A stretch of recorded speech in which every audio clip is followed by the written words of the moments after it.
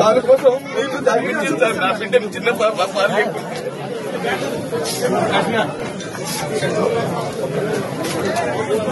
Video చూపిస్తున్నారు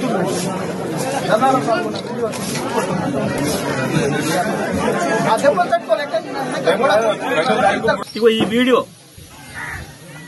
ఈ video చూపిస్తూ ధర్నాలకు ఆయన నిలబడ్డది ఆయనే బ్లూ షర్ట్. ఈ వీడియో చూపిస్తూ కొట్టిరు నన్ను గంట సేపు పోలీసు వాళ్ళు. నీకేమవసరం రా,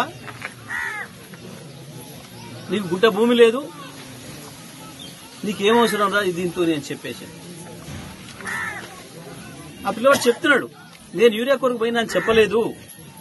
యూరియా కొరకు మా రైతులు ధర్నా చేస్తున్నారు, మా ఊరోళ్ళందరూ బాధపడుతున్నారు, నేను వాళ్ళ మద్దతుకు పోయి నిలబడ్డా అని చెప్పినా అని చెప్పి ఇంత స్పష్టంగా మనకు కనబడుతుంది. ఇక్కడ ఇది చూపించుకుంటేనే కొట్టినారు అని చెప్తా ఉన్నాడు. ఇవాళ మధ్యాహ్నం నుంచి వెళ్ళి పాపం పోలీస్ అధికారులు నానా తంటాలు పడుతున్నారు, జిల్లా పోలీస్ అధికారితో సహా.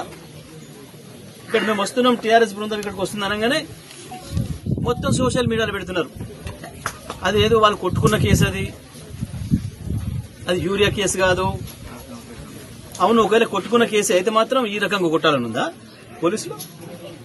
జిల్లా ఎస్పీ గారు ఇదేనా నువ్వు సమర్థిస్తున్నావా? కొట్టుకున్న కేసైనా తిట్టుకున్న కేసైనా కేసు గ్రావిటీ ఏమైనా ఉండవచ్చు. పోలీస్ అధికారులు మీకు ఒక పద్ధతి ఉంది కదా, మీకు నియమావళి ఉంది కదా, దాని ప్రకారం కదా పనిచేయాలి. ఇష్టం వచ్చినట్టు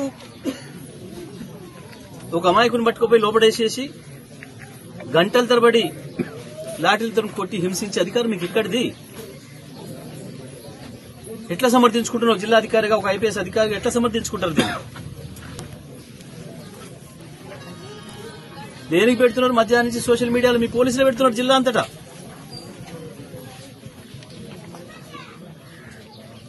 తప్పించుకోవడానికి ఇది మార్గం కాదు. ఇంకో చోట ఇరుక్కపోతున్నావు.